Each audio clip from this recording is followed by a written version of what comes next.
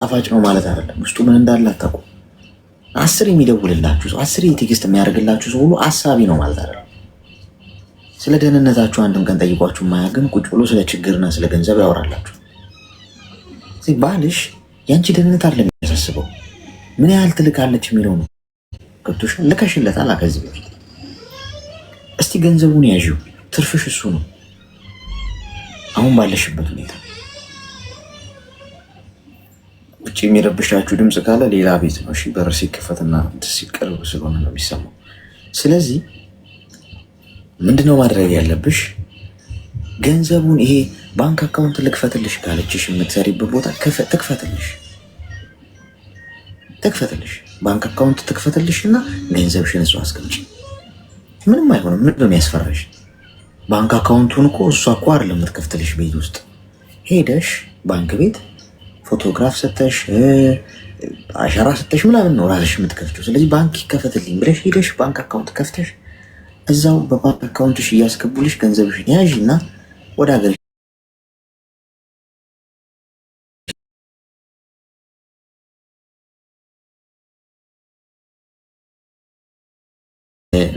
ተግባባን?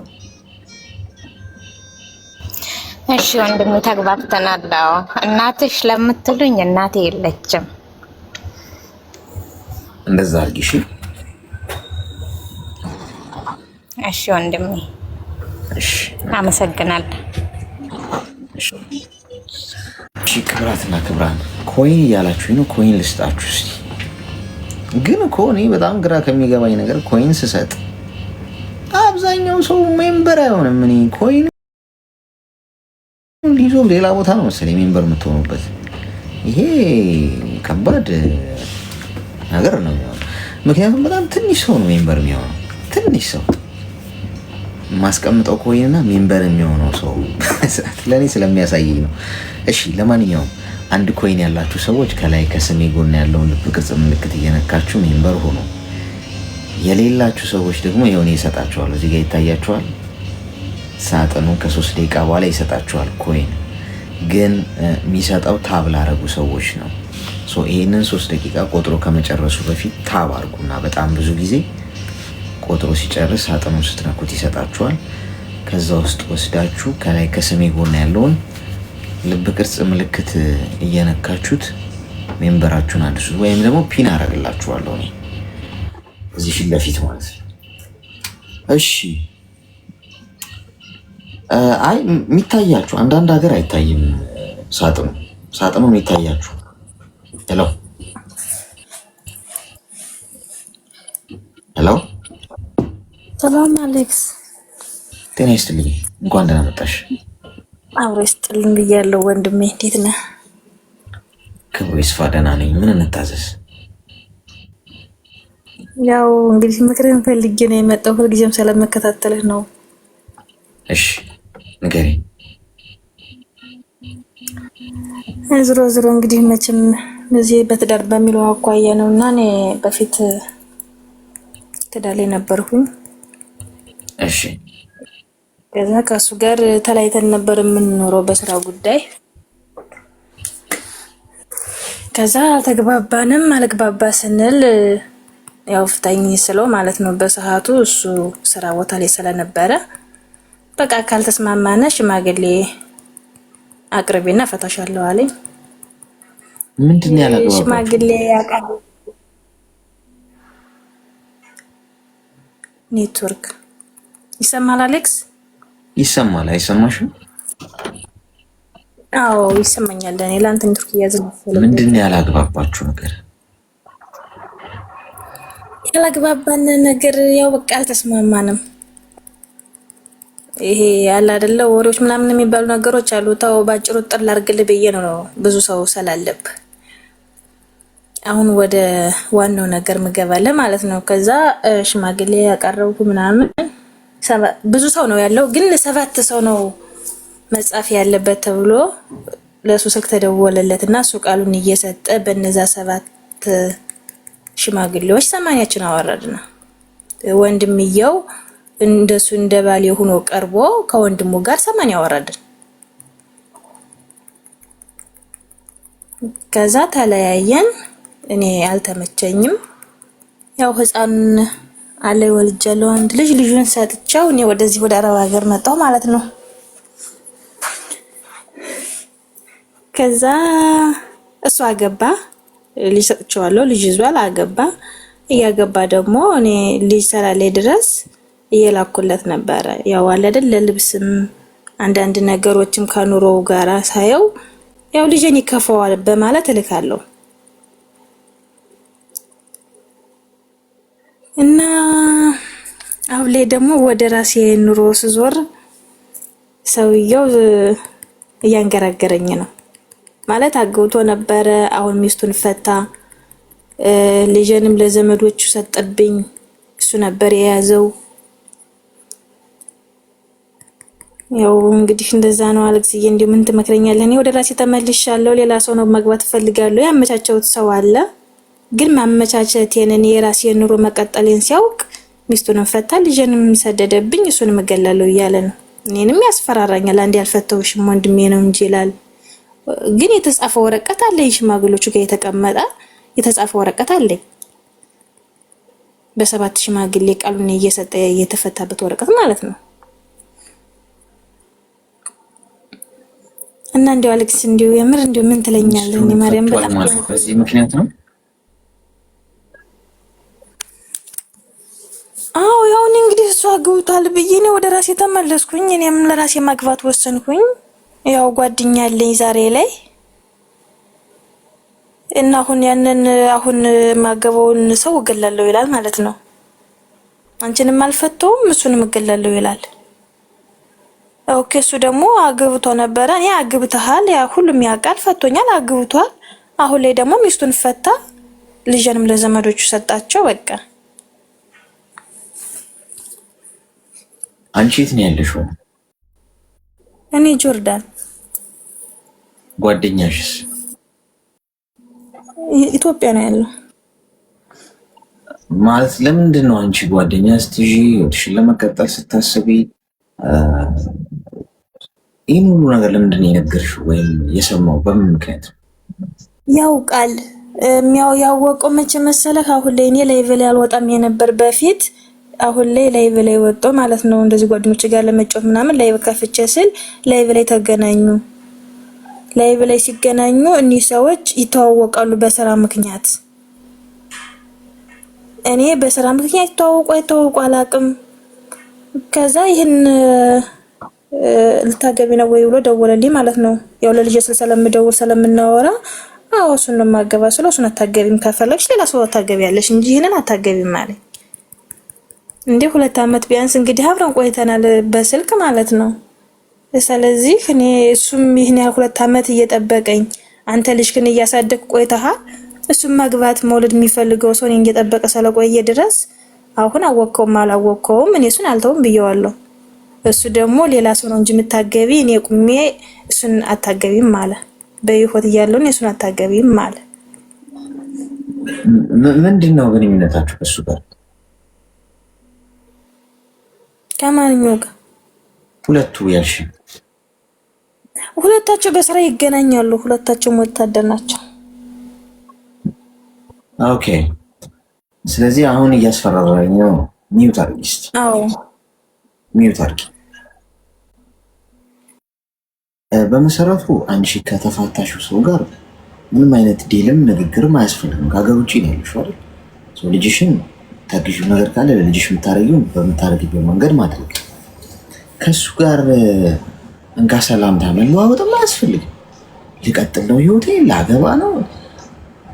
እኔ ጥሩ ነገሮቻችሁን ከሰዎች ደብቁ ምላችሁ ለዛ ኤክሶቻችሁ የእናንተን ህይወት መቀጠል፣ የእናንተን ማማር፣ የእናንተን መዳን አይፈልጉትም።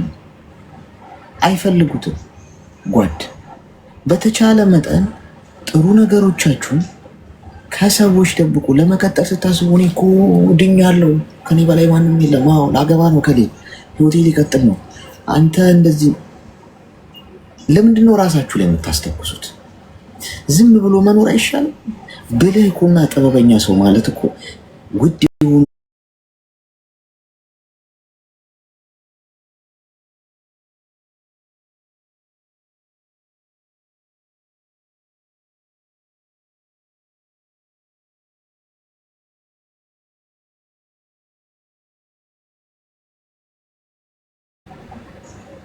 ይህንን ስህተት የምታረሚው አሁን በተቻለ መጠን ዝም በይ እስቲ።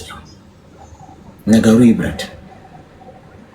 ለእሱም መልስ አትስጪ፣ ከእሱ ጋርም አታውሪ። ከቻልሽ ላይፍ መውጣትም አትውጪ። ከምታገቢው ሰው ጋር ጓደኛ ካልሽው ሰው ጋር ተነጋገሪ። መቼም እንደምታረጉ የራሳችሁን እቅድ አውጡ። ለዚህ ሰው ግን ከዚህ ሰው ጋር ግን ምንም አይነት ንግግር እንዳይኖርሽ። በቃ አቀዝቅዡ ጉዳዩ።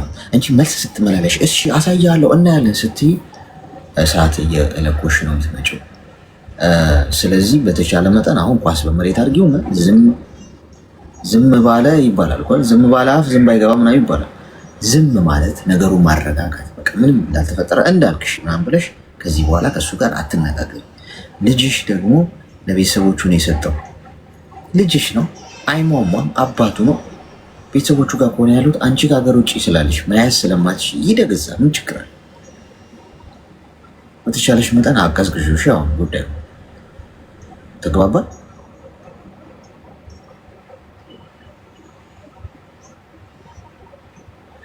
ይህንንም ሰው ልታገቢ ያሰብሽውን ሰው አግቢው አታግቢው እኮ የምታውቂው ታሪክ የለም ገና። ባላረጋገጥሽበት ሁኔታ እርግጠኛ ሆኖ ማሯት እራሱ ስህተት ነው። ይህን ማለት ያለብሽ ነው። ለአገባውን ህይወቴ ልቀጥል ነው እንኳን ማለት የነበረብሽ ስ ሀገር ቤት ገብተሽ ሽማግሌ ተልኮ ቤተሰብ ተስማምቶ ምናምን እናንተ ሁለታችሁ እቅዳችሁ ልክ ጫፍ ላይ ደርሳችሁ የተረጋገጠ ነገር ሲሆን አንቺ ከሀገር ውጭ ነሽ። ነገ ተስማሚ አተስማሚ የምታውቂው ታሪክ ነው። ስለዚህ ጥንቃቄ አድርጊ እሺ፣ በምትራመጃቸው እርምጃዎች ላይ። እሺ አሌክስ እያመሰግናለሁ። ኧረ ችግር የለውም። ዙሮ እኔ ምንም ማድረግ አልችልም። ማለትም እኔ የራሱ ህይወት እንዳለው ነው። ራሱ ተረጋግቶ ስለተቀመጠ እኔም ለራሴ ህይወት ያስፈልገኛል። ይኸውልሽ አሁን የራሱ ህይወት ስላለው ስለሌለው ሳይሆን በቃ ኤክስ ከሆነ ኤክስ ነው ጋይስ። ለኤክሶቻችሁ ምንም አይነት ማብራሪያ አትስጡ፣ ሪያክት አታርጉ። በቃ ጥቅም የለው፣ አይተኙላችሁ። ኤኒዌይስ ልጅ ወልዶ የራሱን ህይወት እየኖረ ትዳር ይዞ እንኳን ቢሆን ለአንቺ አይተኛልሽ ማንም። እሱ እኮ ነው ለምን አንድ ሰው የራሱን ህይወት ካቀጠለ ለምን? ይኸውልሽ የሁሉም ኤክሶች ባህሪ የኤክሶች ባህሪ ኤክስ ማለት ይኸውልሽ የቀድሞ ማለት ነው። ኤክስ የተደረጉ በትዳር በፍቅረኝነት ኤክስ ተደርገው የታለፉ ሰዎች አልፏቸው የሄደውን ሰው ሰላም አይፈልጉትም። ማደጉን ከፍ ማለቱን በሰላም መኖሩ የነሱ የበታችነት ነው የሚታያቸው። ገብቶሻል? መቀጠሉን አይፈልጉትም። ወድቆ ትራስ አቅፎ ሲያለቅስ ምናምን ወይኔ እኔ ነገር እንደው አይ ህይወቴ አይ እድሌ ምናምን ሲል ማየት ነው የሚፈልጉት። ስለዚህ ኤክሶች ጂኒ ስለሆነ የሚቀሰቀሱት በተቻለ መጠን ህይወታችሁ መቀጠሉን አትናገሩ። በቃ በልባችሁ ኑሩ። የእነሱን ማወቅ አለማወቅ የሚፈጥረው ታሪክ የለም። እሺ እሺ አሌክስ እያመሰግናለሁ። እሺ ወንድሜ። እሺ እኔ ግን አሁን የእሷ ነገር ሰላም አልፈልግም ነው ይመስለኝ፣ ችግር ነው የምፈልገው አይነት ይመስላል። አይ ወንት ፕሮብሌም ምናምን የሚል ሰው ነበር አይደል? የሆነ አፍሪካዊ፣ እሱን አስታውስልኝ። በቃ ችግር እፈልጋለሁ፣ ሰላም አልፈልግም። ጸብ ነው የምፈልገው፣ ግብግብ ነው የምፈልገው። የሆነ ዛቻ፣ ማስፈራሪያ፣ ግድያ ምናምን ደም ማየት አለብኝ አይነት ስታፍ ነው። በሰላም በቃ አንገቷን ደፍታ ሰላም እንዴት ነህ ልጁ ደህና ነው ብላ ከእሱ ጋር ጨርሳ በልጇ ጉዳይ ተነጋግራ ከዛ ይህንን ሰው ህይወቷ ውስጥ በሰላም መኖር እየቻለች ሰውየውን ከተኛበት ቀሰቀሰችው። ነካክታ አሁን ሰው ስለሆነ እሱ ወይ ይቀናበት ይሆናል። ገብቷቸዋል እንግዲህ አብሮ በስራ ይገናኛሉ አለች። ስለዚህ ይቀናበታል ማለት ነው። ወይ በላይፍ ውስጥ ምናምን ጭራሽ የኔ ሚስቴ የነበረችውን ሰው እሱ አግብቶ ከማይ ሞተኝ እመርጣለሁ። ሰላም አሌክስ። ጤና ይስጥልኝ። እንኳን ደህና መጣሽ። እንኳን ደህና ቆያሽ። ሰላም ነው? ሰላም ነን። ምን እንታዘዝ? ማለት አንዳንድ ሀሳብ ፈልጌ ነበረ። እሺ ንገሪኝ። ማለት በቃ አይደለም እንዴት ነበረ? አፍቃሪ ነሽ? አይ አሁን ላይ ከፍቅር ህይወት ውስጥ ወጥቻለሁ፣ ግን በቃ ከዚህ በፊት ልቤ በጣም ውስጥ የቆሰለ ነው በብዙ ነገር ማለት ነው።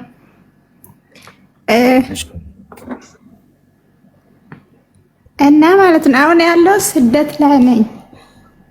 እሺ እና ግን በቃ ህይወትም ብዙ ጊዜ እንትን ይለኛል እና ከዛ ነገር ውስጥ መውጣት ያቅተኛል።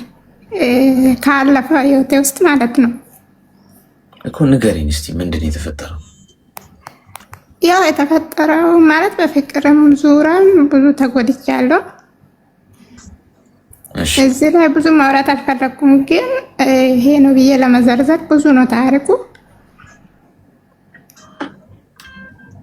እና ግን በቃ አሁን ላይ በጣም ይከፋኛል። ባዶነት ነው የሚሰማኝ። ብዙ ጊዜ ራሴን ማጥፋት ነው የምፈልገው። አይዞሽ እኮ አሁን እንደተፈጠረ ካልነገርሽን እንግዲህ ምን ማለት ይቻላል? እድሜሽ ምን ማለት እኔ የተፈጠረ ሳይሆን ከራሴ ጋር ነው። በቃ ብዙ ጊዜ መጋጨ በቃ ውስጥ ደስተኛ